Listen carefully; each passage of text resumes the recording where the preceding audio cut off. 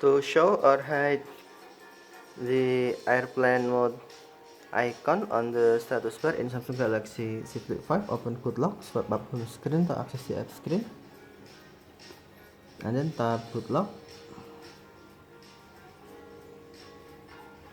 Scroll down Good Lock screen, tap Quick Start,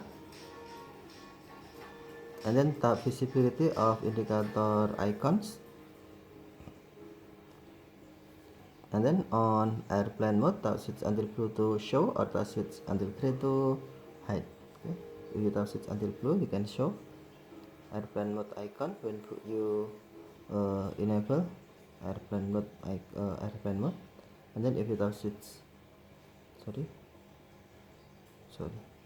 airplane mode, okay, tap switch until blue to show or tap switch until gray to hide airplane mode icon on the status bar.